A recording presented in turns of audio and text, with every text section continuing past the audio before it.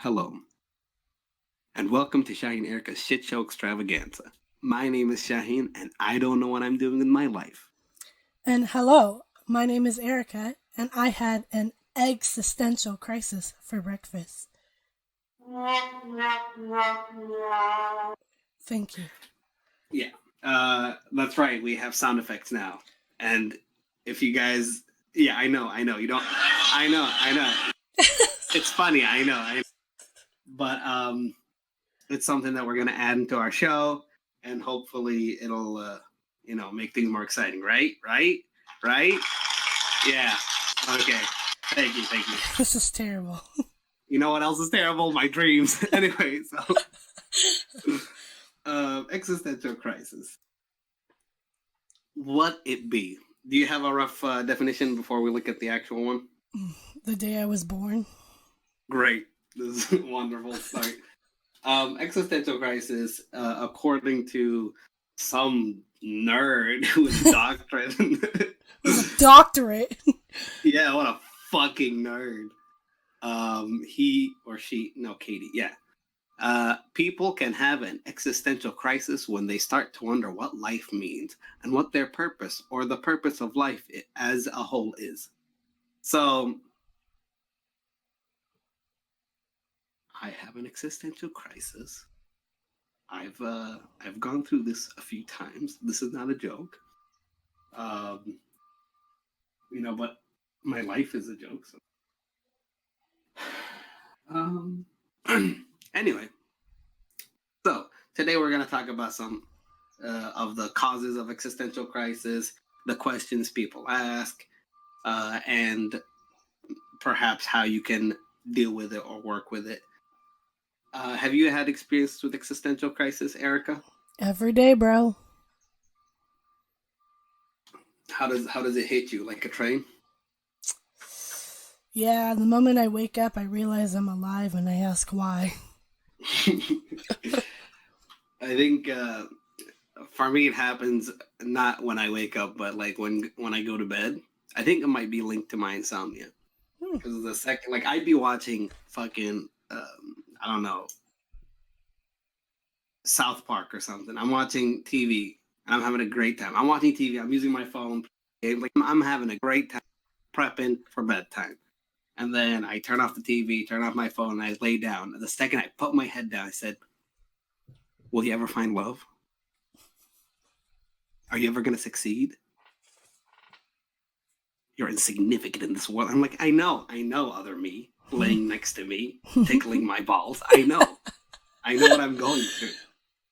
But it gets to a point where I just lay down, and the second that voice comes, like, "No, do this tonight. Like, let's not do this tonight. I have a thing in the morning. Let's not talk about it."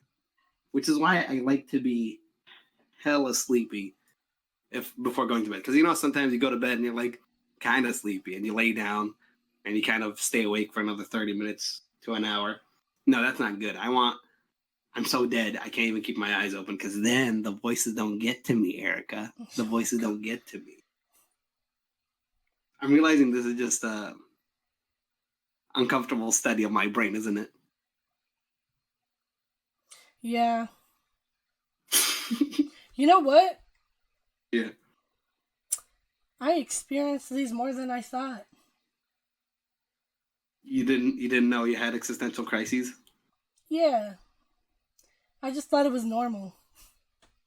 Yeah, it is normal. Well, not normal. Okay. Is that weird? No, it's common to go through these things. There's certain levels to it. I think it's once it starts affecting your life heavily is when it's a problem. But and we'll get to those. We'll get to what kind of questions or why it would lead up to certain situations. I If it think starts, yeah, the biggest one I get is crisis. I can't. The one with emotions. yes, I think that's my biggest your one. crutch. Yeah. Okay. Well, since we'll get to that in a sec. Let's talk about some of the causes of existential crisis. This is based off of a research. Not. I'm not someone who. I'm not a professional in this field. This has been medically reviewed by Timothy J. Leg. You have a leg in your last name. PhD, PsyD. Yeah.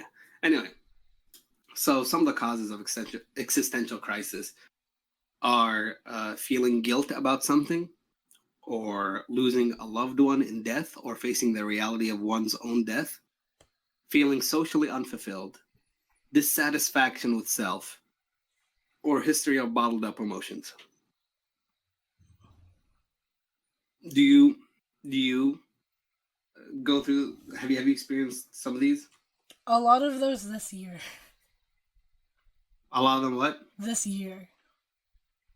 Oh wow. Like, let's see. Like losing a loved one. I don't really care about the socially unfulfilled. I think it's like, yeah, losing a loved one and like bottled up emotions. Because I don't really talk about my feelings that much. Mm. I just accept them for what it is and then try to ignore it. Do you feel guilty about anything? No, not really. What about? Are you satisfied with who you are, or is there some dissatisfaction with self? I want to go to the gym, but like, it's not like, oh fuck, my life's over because I'm not going to the gym. Like it's something that you want to do, but it's not something that's really bothering you that much. Yeah. I think. Well, man, this is gonna be a pretty deep. Okay, so I also experience a lot of these things. Obviously, I opened this up by saying existential crisis is something I have, or I go through, and guilt about, like, some of them are deeper, and I didn't even know that they were affecting me this much until the more people kind of push me in a certain direction, the more I question myself and like, how come I didn't react this way, or how come I did react this way, and like even guilt about something. To be honest, like I get, and this is something I was gonna bring up later. A lot of the shit that I go through, my mother, who, bless her soul, she's not dead. I just keep saying that. She's very religious, and she believes that religion, people who are committed to their religion, are people that don't tend to go through these things because they've accepted a lot of these already. Because the questions you ask in an existential crisis, they're answered within religion. Yeah. Like, what is my purpose in life? To worship God. Like that. Well, easy. It's like a cheat sheet. Okay. um, but I don't think that I perfectly exemplify my religion. Like, obviously there's no perfect person out there, but I'm definitely more lax and liberal about a lot of things. Not to the extent that I drink, but I'm pretty chill about a lot of things, and the world is changing, and my mind is changing, and the world is changing. So sometimes I feel like I don't deserve that cheat sheet. I'm not worthy enough to have that easy way out when I've caused, or I've been the source of issues in certain situations. And losing a loved one, not enough to cause an existential crisis, but it did put things into perspective when I lost a very close friend. And it made me, appreciate and value the people around me more. I feel like that's a very common thing that people go through once they reach that certain level. Socially unfulfilled to a certain extent, yeah, because I was an outcast emotionally. So when I was in high school, this is like, I'm pretending like I'm just talking to Erica, and this is not going to be posted. But when I was in high school, although I was decently popular, due to student council or MUN or whatever I was at the time, I was just on the surface popular. Like, people knew me, or I would do something stupid, like wear whatever, or act a certain way, or give speeches in a certain way, but nobody would like give a shit about me, like who I am deep down. And I never thought I would be able to experience something like that due to many, I've mentioned this before, many betrayals, or getting stabbed in the back. And I think that changed a lot when I went to JSA. And over the years, I've developed a really healthy social group, for me at least, where I can, be myself and be comfortable. Don't have to lie anymore. And then, coming back to Kuwait, that thing kind of got reignited where, I felt disconnected from my group, from my source of social fulfillment. And I'm back to square one. But over time, I've built, or not built, because they were already friends there. It's just that it took a while for us to properly reconnect and work on things and just be there for each other, hang out and stuff. So it's getting better. So I'm not good here to just complain about my life. And then satisfaction with self, always, forever and always. Always remember that I'm reminded that I'm capable of more, but never being able to do anything about it. And obviously, history of bottled up emotions. I don't even have to say it because aside from what you just heard, usually I'm very bottled up. Not common for us to share our feelings from where I come from. And I don't mean as a country, but kind of as a country, but also the environment that I grew up in school, all boys school, guys don't share feelings that much. So these things eventually hit, I think. Anyway, that was my TED Talks. Thank you for listening.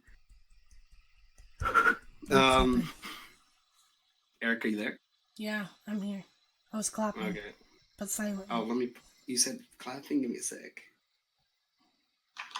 Thank you. I know it's very hard. Do you hate me? Yes, without a doubt. Okay. I was gonna play another thing, but I haven't tested it in a while, so I'm not gonna do it.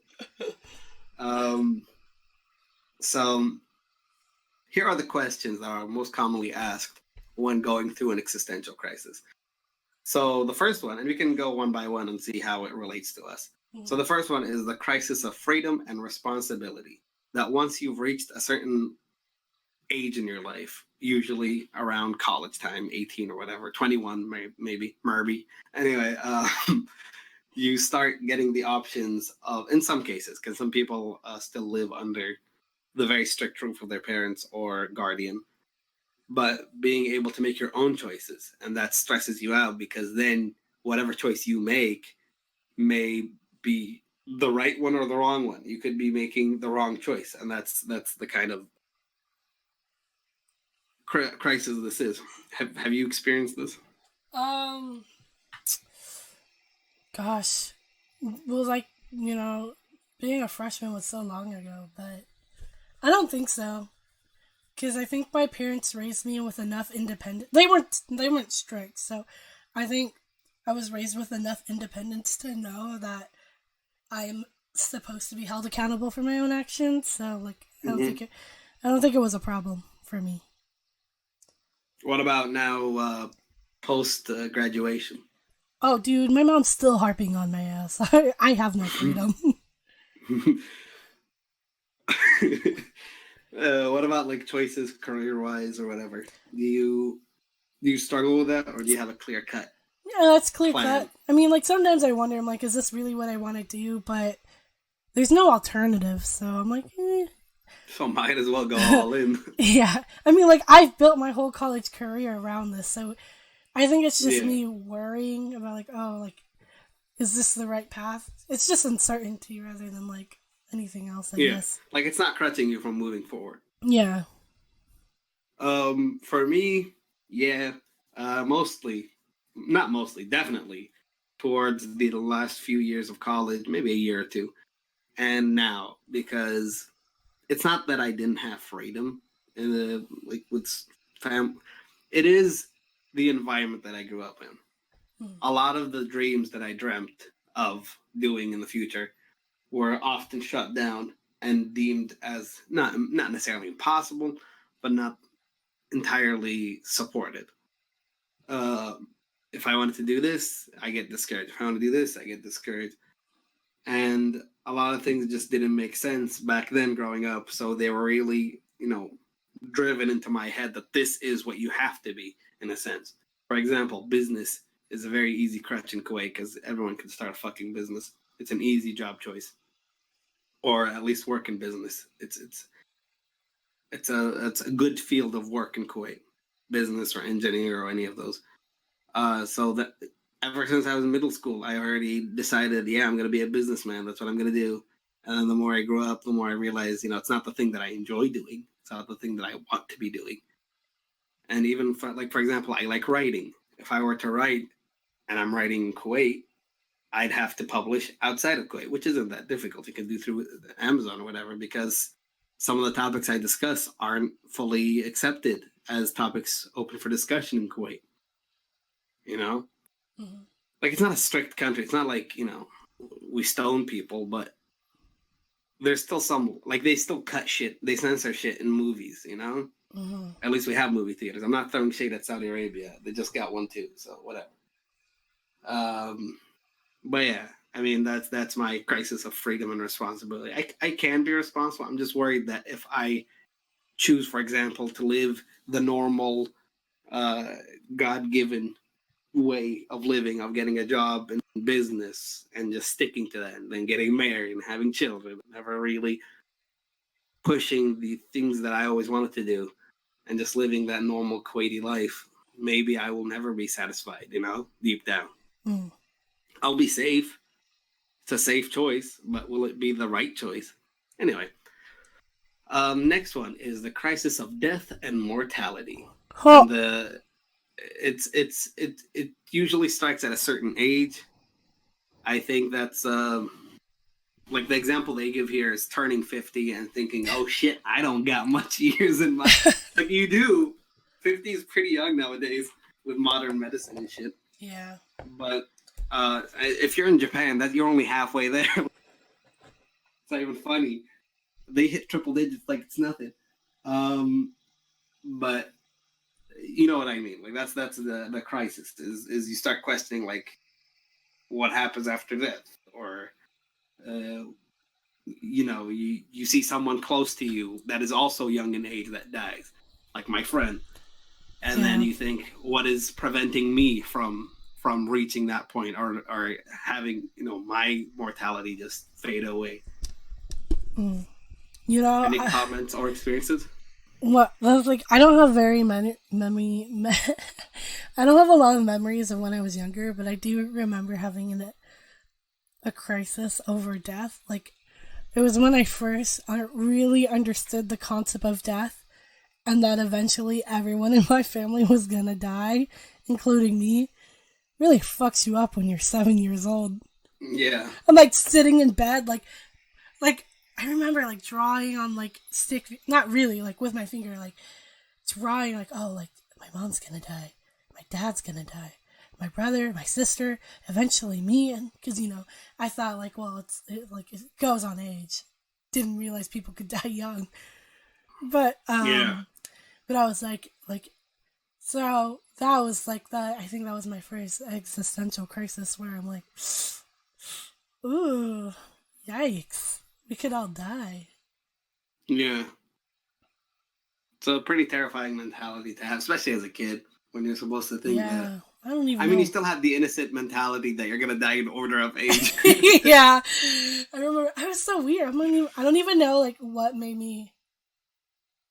Oh, I think my grandpa died. I think that's what it was.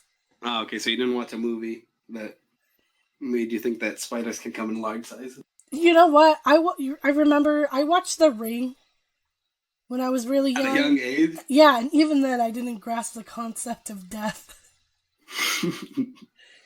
Like, I think it was a year later when I realized, oh, people can die.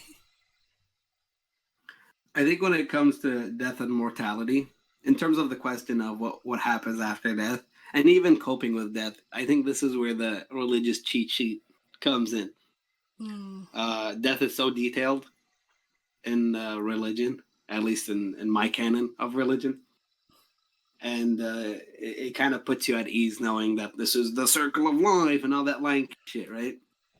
Mm. And shit happens because it was meant to be, and it's kind of fucked up. I know a lot of people are like, uh, God wanted this to happen. Why the fuck did He want to kill a 3-year-old with cancer? Like, I understand, but in terms of comfort, it does add to it. Someone dies, yeah, you're sad. We're very sad, but one of those things that's like, what else can you do? It's within what is meant to be. And then when it comes to fearing death, I think it only hits me every now and then, like not common.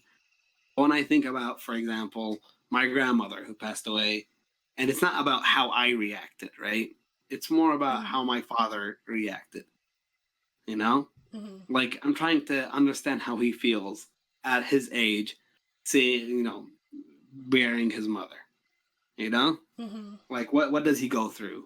Am I gonna go? I'm definitely gonna go through it someday. I die first, but like it's such a depressing mentality to or when you see someone who's older in age talk about their parent like dead parents. Like, I don't know, it just makes me so somber hearing those stories or seeing how their face changes every time they talk about them. Like it's I don't know. That's the a few times where I think like, oh man, my parents aren't gonna be forever. That makes me really sad. And then I think that my grandma's still alive, and I get depressed again about the idea of losing her someday, unless again I die first, which Mm-hmm. according to the plans we've made, potentially could happen. Um, if you guys don't know, Erica, can you tell them what we're gonna do, or you want to keep it a um. surprise? Oh, man, are we really gonna be like, let's not tell anyone what's happening? We have to because it's not even on the way to convoy or Okay, pop and well, pace. so Shaheen's gonna be here during Halloween, so I'm like, crazy idea. What if we drive down a haunted road at 3 a.m. because that's the witching hour, and It's then the famously haunted road, not just some random yeah, it's called left alone road. Proctor Valley Proctor's, Road. yeah. There's you can Google it, and there's forums telling you about it. I really want to like I don't know. I was like in for it, and then Shaheen's like, "Oh, we're gonna die," and now I'm gonna want to back out because I think we might actually die. We No, we will die. knowing our luck. Listen, we're gonna record an episode. Okay. Oh my god, is this gonna be a vlog episode? Oh my god. Anyway, we will have an episode, and then we can schedule it to come out its usual time, so that when we go and die, we could tell them like, "Hey, if there's no updates after this, we're dead, and this is our last message."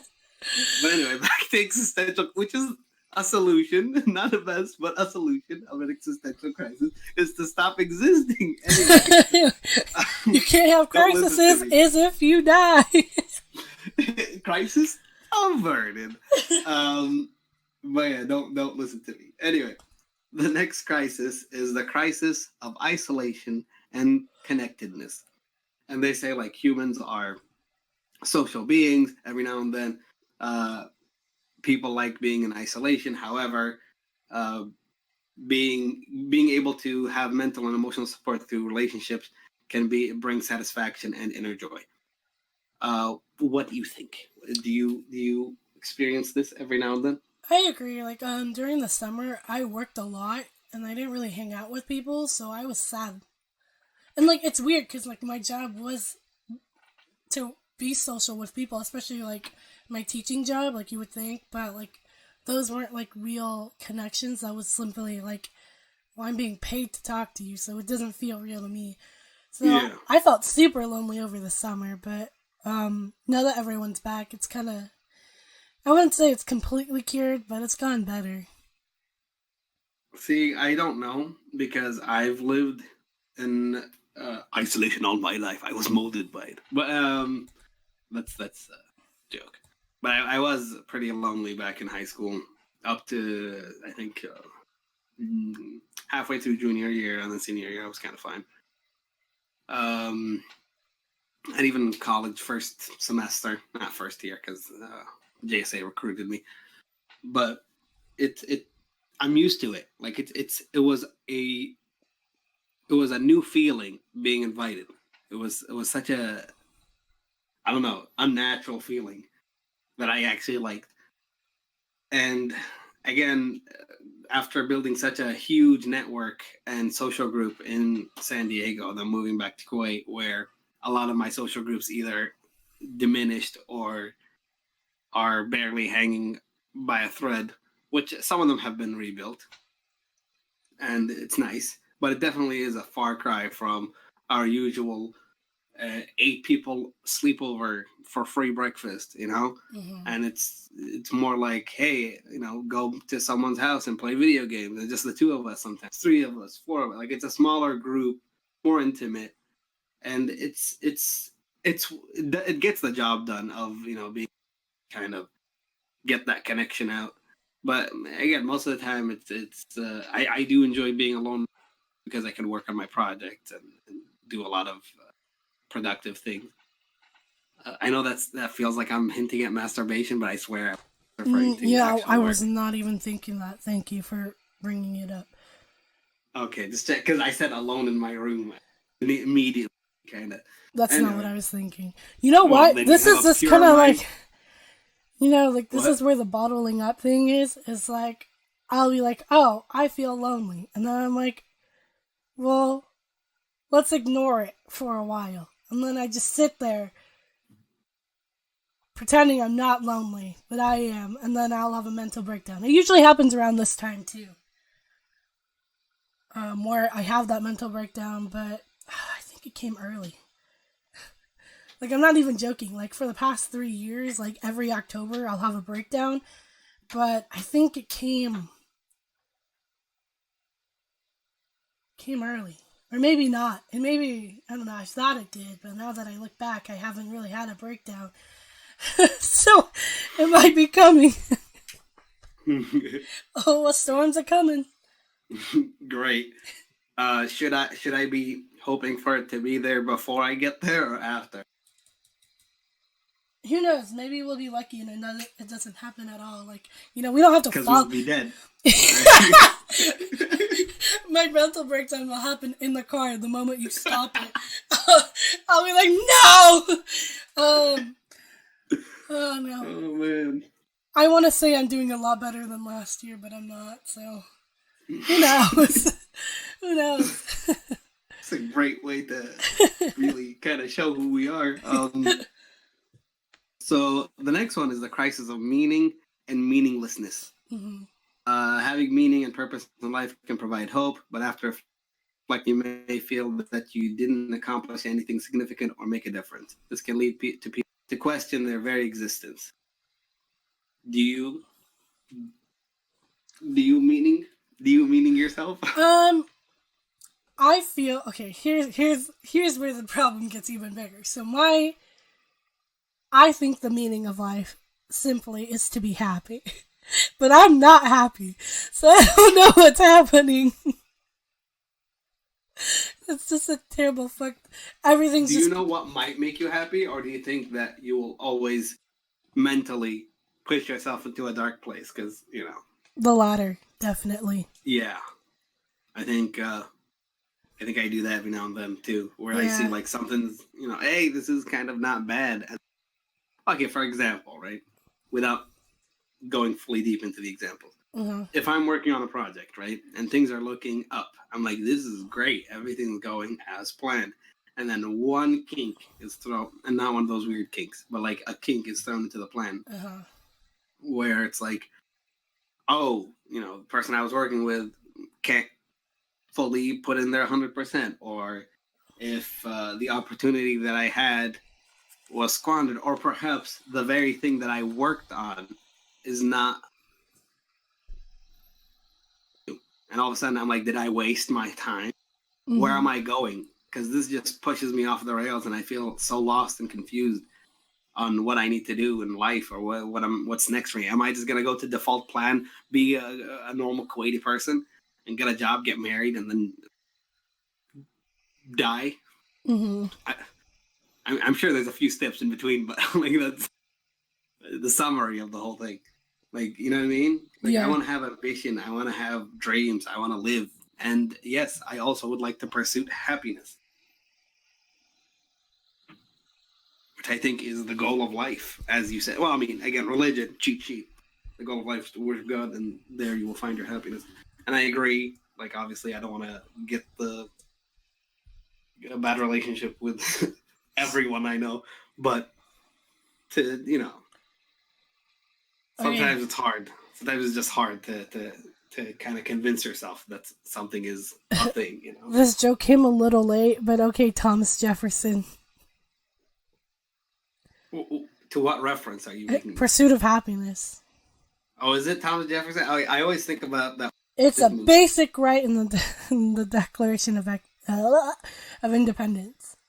It's pursuit of freedom and happiness, liberty.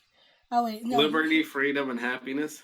Okay, I'm looking at the quote, and it's like If you failed, equal I'm creation, talking they to the derive people. rights inherent inalienable. I give up. Among which Unalienable are right. preservation of life and liberty and the pursuit of happiness. So Okay. Thomas Jefferson says we're worth it. Yeah. Tommy J. Anyway. TJ. Thank you. That's me calling JC Penny Jesus Christ Penny. Oh man. Okay. And the last question is crisis of emotion, experiences, and embodiment. Not allowing yourself to feel negative emotions can sometimes lead to an existential crisis. Some people block out pain and suffering, thinking this will make them happy, but can often lead to a false sense of happiness. And when you don't experience true happiness, life can feel empty. What up? What you do? That's my middle name. Erica M.T. McGee. Oh, man. Or do you mean Erica? Not allowing yourself to feel negative emotions can sometimes lead to an existential crisis. Some people block McGee. Yep, that's it. That's my middle name. Oh, your passport must be horrible. Tell me about it. No, actually, you tell me about it. Not the passport, about the question. Oh, I don't know, man. I just stopped talking about my feelings. And then, I end up, trying to ignore it. And then I got, super stressed out and realized that I'm not having a good time. That this vibe check would probably kill me. But, yeah, I mean, like I said, I don't like talking about my emotions, so I'm not going to dwell on this too much. I think I feel like with the experiences one, I feel like I start questioning, does this truly bring me joy? If this does not bring joy, get rid of it. Mm-hmm. What's her name? Kondo? Marie Kondo? Oh. Marie Kondo? Yeah. I know. Yeah. But yeah, I mean, for example, I put in a lot of time in, for example, writing. And then I think I'm enjoying it. Some of my friends read the story and they're like, this is pretty good. But then I think to myself, is it really though? Am I just wasting time for no result? Or maybe I'm putting it so much emphasis or so much time in, for example, enjoying professional wrestling. I mean, obviously, when I feel like it's not if the episode is not good, I skip. I'm not, I wouldn't sit 3 hours to watch Raw. I would try to simmer it down to 30 minutes if I can. But am I putting too much thought into something that perhaps does not? Or even video games. I'd be playing a video game and I'm trying to get 100% on the trophies or whatever, because that's a sense of accomplishment and helps with my existential crisis, but in not the best way, but a way nonetheless. And what if I'm just playing them? Sometimes I think about why am I putting myself through this game? Start realizing that. I don't know. It's mostly on the whole idea of experiences. The symptoms of existential crisis. One of them is, surprise, surprise, depression. So in this case, similar to regular depression, I don't know what the tiers of depression, but it says these symptoms might include loss of interest in a favorite activity. Hey, look at that. I said I like writing, and then I start questioning that maybe my writing isn't good enough. Fatigue, headaches, feeling of hopelessness, and persistent sadness, which is just super depression. Persistent sadness. Hopelessness with this type of depression is deeply related to feelings of a meaningless life. You might question the purpose of it all. Is it only to work, pay bills, and eventually die? Kind of summarizes the Kuwaiti perfect life. Well, I guess that's the regular life for anyone, not specifically Kuwait. But yeah, I think depression. I don't know. I haven't been diagnosed with it. I haven't, and I think that's also an issue. I don't think I've reached out for any professional help in a lot of the issues that I go through. But Like, yeah, I've been getting lots of headaches, for example, not because of sleep. Sometimes I would sleep fine and I'd wake up with a headache or whatever. And the things that, like, if I talk to my friends, like if we have a podcast session, or I plan things out with Cindy on Happy Coca, or I call Ray or Albert or whomsoever, my headache goes away, which I don't know what that means. Or sometimes I play video games, the drug that keeps me going. I don't play that much, and I don't want to trick people into thinking that I play constantly. I rarely play, which is why I'm very backed up on games. But whenever I do play, it helps with my depression, with my headache. But yeah, that's as far as it goes with me without having to say something wrong about it. Erica. Yes. Yeah, go ahead, man. The ball's in your court. The ball's in my court. Yeah. I think you summed it up pretty well, though, right? But yeah, but we have different experiences with different human beings, Erica. Shit. It's all the same in the end. We all die, don't we? Okay. Well, the other is anxiety. Oh, hello. That's also my middle name. Oh, so you're saying your middle name is... give me a second. Erica, not allowing yourself to feel negative emotions can sometimes lead to an existential crisis. Some people block out pain and suffering, thinking this will make them happy, but anxiety McGee. Yep, that's how it be. That's a great name. Very foreign. I mean, anxiety is basically asking yourself the question, what is my purpose and where do I fit in the realms of existential crisis? Mm-hmm. Erica, the movement the of ball's time. in your court. Sorry. Throws it back at you. It's all the same. We all die.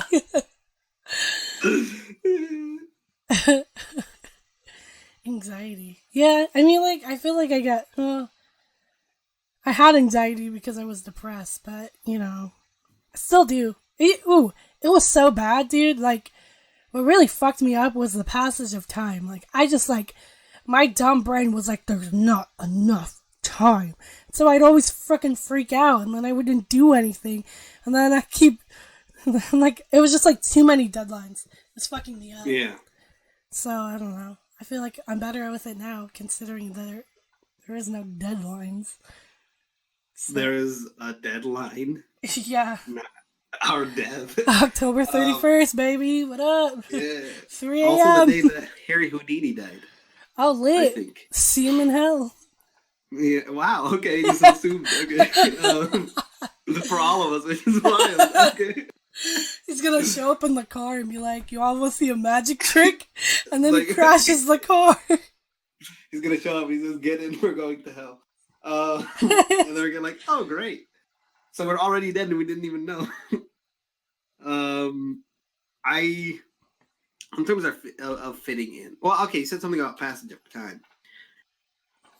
I haven't felt time as hard as I did in my last year of college. Like, I felt time hard. I felt every second. Every second moved, I felt like pain. I was like, this is the end for me in terms of my comfortable life of understanding where I am and where I'm going. Because that's the end of the line. Like, if I graduated and on that same day an earthquake happened, and on that same day San Diego's Viejas Arena just collapsed and it just fell on me specifically and I died, I'd be like, that's an appropriate ending to this chapter. I just didn't have anything ready for the next book of my life, or anything that made sense, anything concrete, so much questions but not enough answers. And I think that's where the passage of time really fucked me up. But when thinking about where do I fit in, and again, I'm not going to hate on Kuwait. It's a above average society and definitely top tier compared to most Middle Eastern. I'll even throw in African countries there.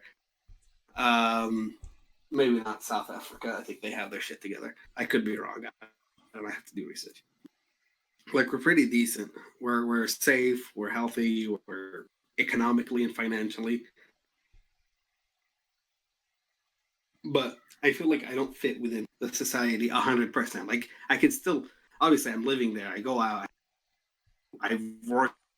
I've interned in many places. There was no issues. It's not like I was an outsider.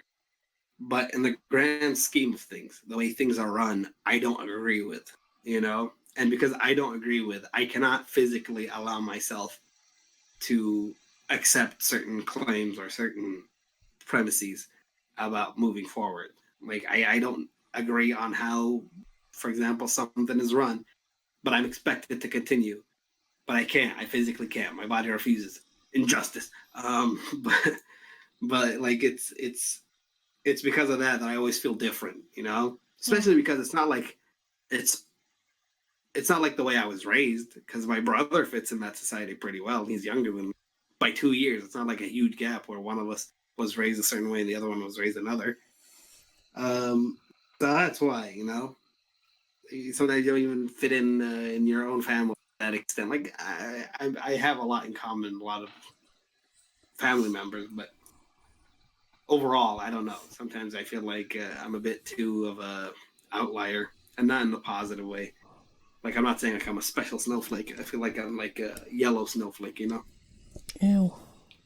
Thanks. But yeah, that's the symptom of anxiety. The last symptom that they discuss here is OCD, obsessive compulsive disorder. It can present in the need to ask questions over and over again, or not being able to rest until you have answers to your questions, says Dr. Lacob. Lacob? Lacob? That's Lacob. There's no way. Lacam? Anyway. Do you have OCD? I don't. Top 10 interviewer questions. It's more, it's, I wouldn't call it OCT. I'm very meticulous Yeah. when it comes to things being lined up properly, but that's not OCD. Yeah. I think people, modern day and pop culture, minimize true OCD by saying, oh my God, I like to, you know, blah, blah, blah, blah, because I have OCD, you know? Mm-hmm. I think everyone has a certain layer of some kind of obsessive compulsive disorder, but not to the extent that you see certain people. Like if you see people with actual OCD, they go through a lot. And like something, I think to have OCD in terms of this may also involve having some control of your, so that you don't feel so lost. And that is, for example, like sometimes when I play games or whatever, I do things systematically when they're not supposed to be done systematically. I just do them because that makes my brain rest. You know, I feel happier that way. Or how I handle certain things, or even schedule my food. If you guys don't know, first year of college was wild. I had planned out my meals ahead of time on which days. The only one that survived to this day is Chipotle Mondays with friends, not alone though. But I use this like for that. Those kind of things help me just relax, not having to overthink things and just go with the flow. Mm-hmm. But yeah, I think have like looking for. They said here being able to, you're not being able to rest until you have answers to your questions. Again, I said there's way too many questions, not enough answers in life. And I don't know if I call that OCD. I just think that's curiosity with a hint of pain. But yeah, that's the thing. That's what do you young people say? That's the beverage. That's the T. Yeah, Mr. T, I pity the fool. Um, so they also offer how to help yourself, and one of the first ones is take control of your thoughts. Replace negative and pessimistic ideas with positive ones. Telling yourself that your life is meaningless can become a self-fulfilling prophecy. I agree. Shit. I run myself in a fucking wall every time. The ball's in your court. Oh, I didn't know that. Sorry. Okay, I'll just do a ball sound every time. Um, I honestly forgot for a moment what you just said because you said the ball's in your court, and then I started thinking about basketball. Thinking about balls Yeah. and tickling. I know, Stop. right? So. No, that's not what I was thinking at all. It's basically take control of your thoughts, switch negative ideas to positive ones, and your negative ideas can become self-fulfilling. Oh, yeah, I felt that one. Yeah. I guess. Damn. Too bad I don't I think it's easier said than done, I think. Oh, yeah. Probably need a Like, people think, like, oh, just stop being this way. And I'm like, oh, man, bitch, I wish. Like, if only it was that easy. And I think, like, I was watching a YouTube video of a commentary channel talking about, people that chakra cleansing, whatever, aura cleansing stuff.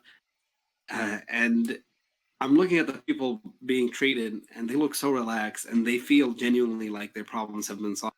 I'm like, how much do you have to lie to yourself so that this could heal you, Mm-hmm. Again, religion works the same way. If you kind of have those problems, like, that's why I think religion is helpful. It really is a very powerful tool against, or to help with a lot of issues that you go through internally. But, there's a lot of issues in that field as well. It's not a religious episode. This is definitely not a podcast. Wait.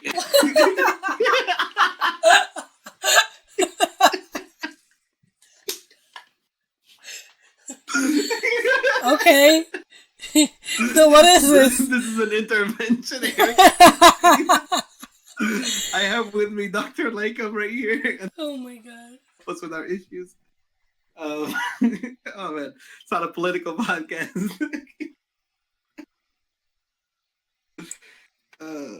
Well, okay, that was great. Wild. Next is keep a gratitude journal to overcome negative. Oh man, I'm so lazy. It's too much work. Bro. Yeah, I'd rather just be miserable. But yeah, like, no, I think it would help actually, but yeah, but it's too much work. Yeah, I have a dream journal, but that's because my dreams are messed up, and I think I want to remember them. It can also help with storytelling, but whatever. I'm plagiarizing my brain. It's weird. What are your strongest, most admirable qualities? When you post a picture on Instagram saying, "Oh, you look ugly today," and then just wait for the compliments to come in. But not for me, obviously. Anyway, what about you? Do you have anything to say about remind yourself of why life has meaning? I mean, I do that, but to write it down is too much work. So I rather just, I don't know, have conversations with myself, like as I'm doing my makeup. Like remind yourself, as in have people compliment you. Oh. And the only compliments I need are from myself. I'm just kidding. I need a lot of from whom? Myself. But that was a joke. I need it from my friends. From Officer Palumbo. Yeah. Oh man. Good old Chuck. I miss him. I've never seen him, but I miss him. He doesn't come as much as he used to. Probably because he knows. It's because he knows we're talking about him. Yeah. The last quote unquote, not solution, but ways to help yourself is don't expect to find all the answers. And I think that is, I don't know how to do it, but that's definitely true. So I think it would be a very helpful way to just kind of, again, religion, I think, tags in here. Because a lot of the answers are there, and the answers are like, don't question God. And they're like, okay, sounds good to me. Yeah, like, I'm not going to pry. But I don't know. I think people are built differently, and sometimes just the satisfaction of finally understanding something is unparalleled to just accepting it as an unknown factor.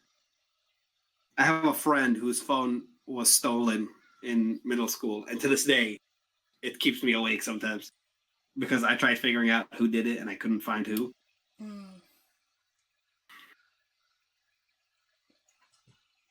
But I think that's just a different issue in my life. Okay, let's emulate a ball sound. Did you just throw back to my court? Yep. Okay. Well, they also tell you when to see a doctor, but it's basically Fuck that whenever. noise. Yeah. Yeah. What do they know that I don't know about myself? Yeah. No, I do recommend seeking professional help if you're going through a crisis and it is preventing you from moving forward or basically destroying your life slowly. However, me not heeding my own advice will not go. I'm not going to see a professional. You know why? Because I don't trust professionals. Like I barely express who I am with friends. You want me to go to some random stranger? Some people say it's easier, but it's not. He's gonna have dirt on me. I don't want dirt on me. What would they gain from? I don't fucking know. I don't want to risk it. All right. What if I see him at a fucking parking lot and there's one spot and he says, "Hey, if you don't let me park, I'm gonna blah blah blah." I'm like, "What the fuck, man?" There I went. I lost the parking spot. Wow. You don't know what keeps me up at night, Erica. I really don't. Okay, do you want to move to the People's Choice Awards? Yeah. And that's the end of our podcast, guys. Thank you. Later, deuces. We didn't ask you a question. Do you know why? Because fuck you guys. I'm joking. It's because we didn't have time. Also, I don't know how to phrase a question saying, "Hey, existential crisis," right? And then what are you guys gonna say? Maybe we can't. We only have two answers. Also, speaking of this is if you guys have experienced some of these, let us know down below. But you don't have to overshare. Just say like, yeah, I, for example, go through the crisis of meaning and meaningless or whatever, and just build a small community that nobody really cares about. And then just share what you think. Let us know. Hopefully you guys enjoyed this episode, and we'll see you guys next week. Thank you.